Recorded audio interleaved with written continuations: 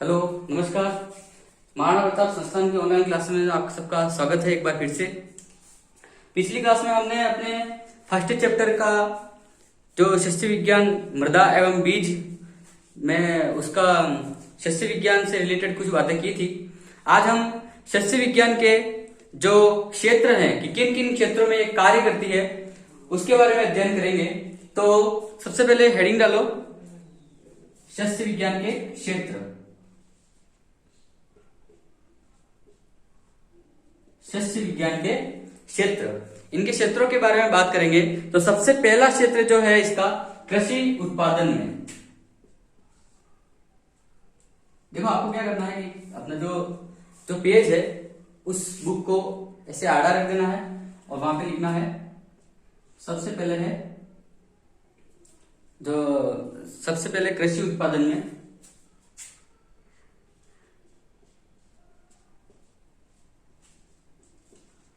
कृषि उत्पादन, ठीक है।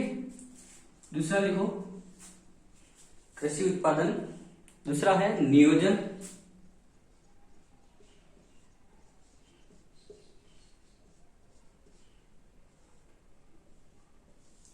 तीसरा है व्यवसाय।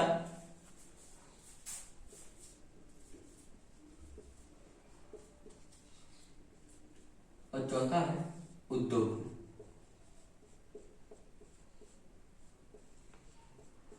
ठीक है, कृषि उत्पादन में, नियोजन में, व्यवसाय में, उद्योग में। ठीक है, अब इसमें क्या होता है कि ये इसके 4 क्षेत्र हैं। जो अपना एग्रोनॉमी है उसके 4 क्षेत्र हैं ये। तो इन क्षेत्रों के बारे में अच्छे से डिस्क्राइब करेंगे अपन।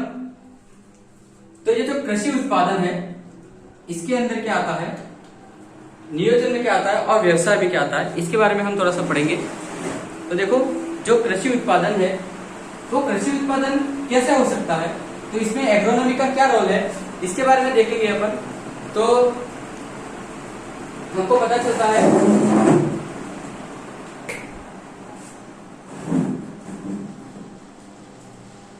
कृषि उत्पादन से हमको ये पता चलता है कि इसमें खेत की तैयारी होती है।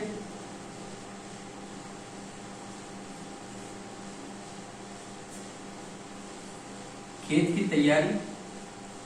दूसरा बुआई,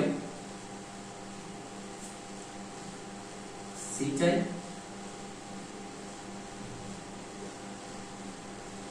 खरपतवार प्रबंधन,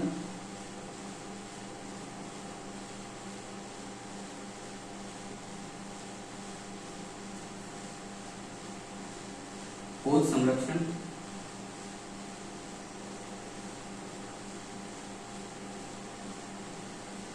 कटाई, पकाई, कलाई और भंडारण। तो कृषि उत्पादन में अपने एग्रोनॉमी जो है, शस्य विज्ञान है, उसका क्या पार्ट है। तो खेत की तैयारी में एग्रोनॉमी बहुत ही आवश्यक है, बुआई में बहुत आवश्यक है, सिंचाई में बहुत आवश्यक है, खरपतवार प्रबंधन में बहुत आवश्यक है, पौध संरक्षण, कटाई, गहाई और भंडारण में भी एग्रोनॉमी जो शस्य विज्ञान है उसका बहुत ही महत्व है। ये इसके क्षेत्र है। ठीक है, अब नियोजन में क्या आता है। नियोजन का अर्थ ये है कि इससे आमदनी कैसे प्राप्त की जा सकती है, इससे अपने परिवार का पालन पोषण कैसे किया जा सकता है या कैसे कमा सकते हैं। तो सबसे पहले तो आता है शिक्षण में।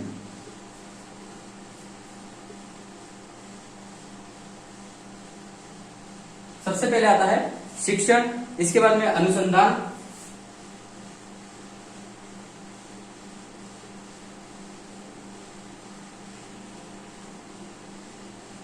प्रसार,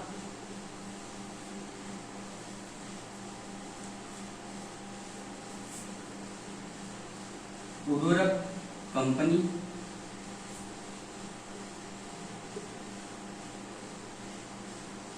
आदि।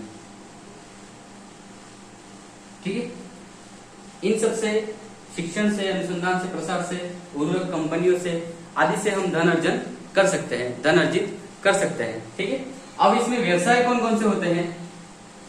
ठीक है, तो व्यवसाय के बारे में पढ़ेंगे।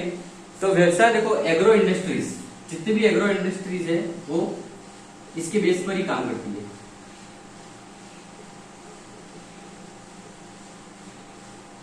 जितनी भी एग्रो इंडस्ट्री मतलब जो कृषि से संबंधित जितनी भी कंपनियां हैं वो सब किस पर निर्भर करती है?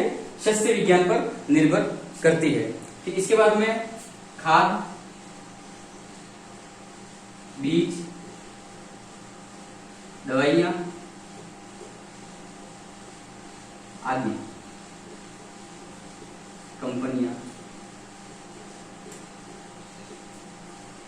कंपनियां किस पर निर्भर करती है?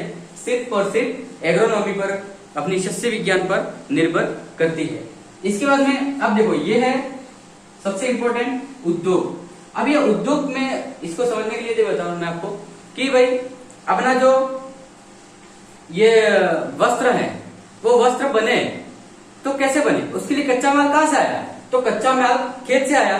वो खेत, कपास की बात कर रहे हैं अपन, तो कपास है वो किसकी फसल है? तो वो सीरियल क्रॉप है, एक अनाज वाली फसल में के अंदर आती है, वो तेल वाली फसल है। तो वो किसके अंदर आएगी? एग्रोनॉमी या शस्य विज्ञान के अंदर आएगी। तो देखो जितने भी अब है मैं बताता हूं आपको, कपास, कपड़ा उद्योग, इसके बाद में शक्कर उद्योग,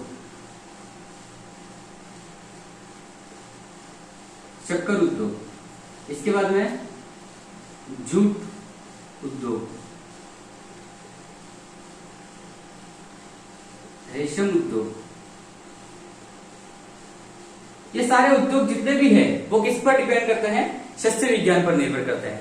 आया समझ में? एक बार फिर से देख लेना कि देखो कृषि उत्पादन में, नियोजन में, व्यवसाय में और उद्योग में। तो कृषि उत्पादन में क्या होता है? खेत की तैयारी, बुआई, सिंचाई, खरपतवार प्रबंधन, ठोस संरक्षण, कटाई, दहाई और भंडारण।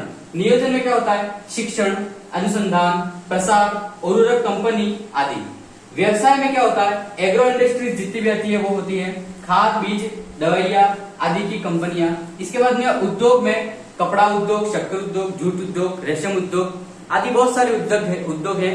मछली पालन भी इसके अंदर आता है। ये सब शस्य विज्ञान के क्षेत्र है। आया समझ में? इसको अच्छी तरह से उतारो और याद करो।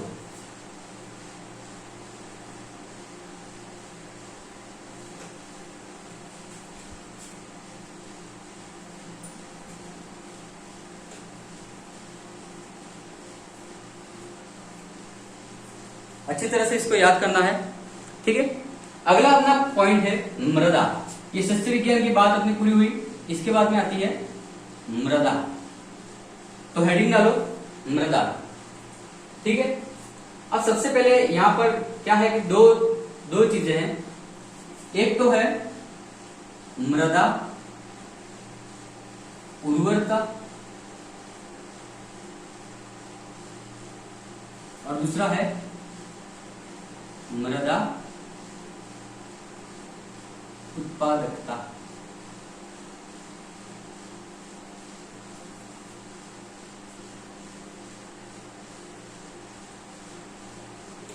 मृदा उर्वरता एवं मृदा उत्पादकता। ठीक है, अब सबसे पहले मृदा उर्वरता के बारे में पढ़ेंगे अपन। तो मृदा उर्वरता क्या होती है कि कोई जैसे कि मिट्टी है उसमें कितनी ताकत है उत्पादन देने की, उसको कहते हैं मृदा उर्वरता। ठीक है, तो इसमें डेफिनेशन कुछ इस प्रकार से दी गई है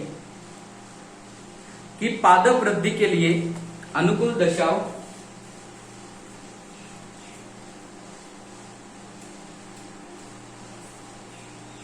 पादप वृद्धि के लिए अनुकूल दशाओं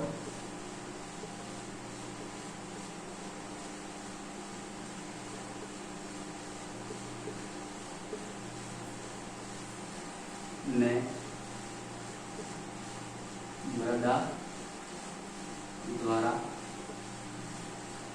पादप वृद्धि के लिए अनुकूल दशाओं में मृदा द्वारा आवश्यक पोषक तत्व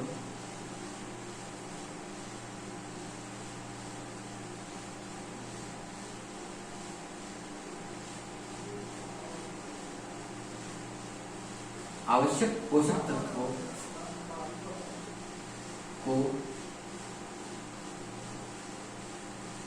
प्राप्य रूप उचित मात्रा, प्राप्य रूप उचित मात्रा तथा उपयुक्त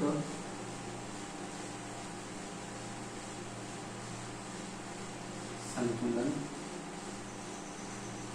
में प्रदान करने की क्षमता। देखो, ये मृदा उर्वरता के बारे में बात कर रहे हैं अपन। इसको पहले मृदा उत्पादकता को मिटा देते हैं,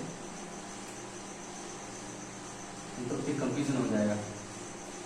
तो ये जो मृदा उर्वरता है उसकी परिभाषा कुछ इस प्रकार से दी गई है किताब में कि पादप वृद्धि के लिए अनुकूल दशाओं में मृदा द्वारा आवश्यक पोषक तत्वों को प्राप्य रूप उचित मात्रा तथा उपयुक्त संतुलन में प्रदान करने की क्षमता को मृदा उर्वरता कहते हैं। इसका सीधा सीधा मतलब यह होता है कि किसी मिट्टी की ताकत कितनी है, उसमें जो पौधा लगाया गया है उसको पोषक तत्व प्रदान करने की। आया समझ में कि इस मिट्टी की कितनी ताकत है उस पौधे को पोषक तत्व उपलब्ध कराने की, उसको मृदा उर्वरता कहते हैं, सीधी भाषा में इस प्रकार से। और डेफिनेशन कुछ इस प्रकार से है कि पादप वृद्धि के लिए अनुकूल दशाओं में मृदा द्वारा आवश्यक पोषक तत्वों को प्राप्य रूप उचित मात्रा तथा उपयुक्त संतुलन में प्रदान करने की क्षमता को मृदा उर्वरता कहते हैं। ठीक है, ये मृदा उर्वरता की परिभाषा है। ठीक है, इसको अच्छे तरीके से उतारो और याद करो, क्योंकि अक्सर ये 1 नंबर के क्वेश्चन में ये पूछ लिया जाता है कि मृदा उर्वरता या मृदा उत्पादकता की परिभाषा बताओ। ठीक है,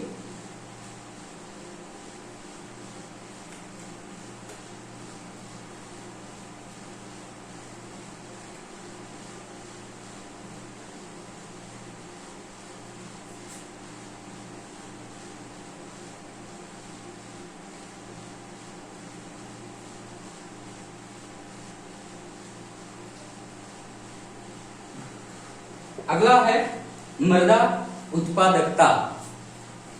इसकी डेफिनेशन है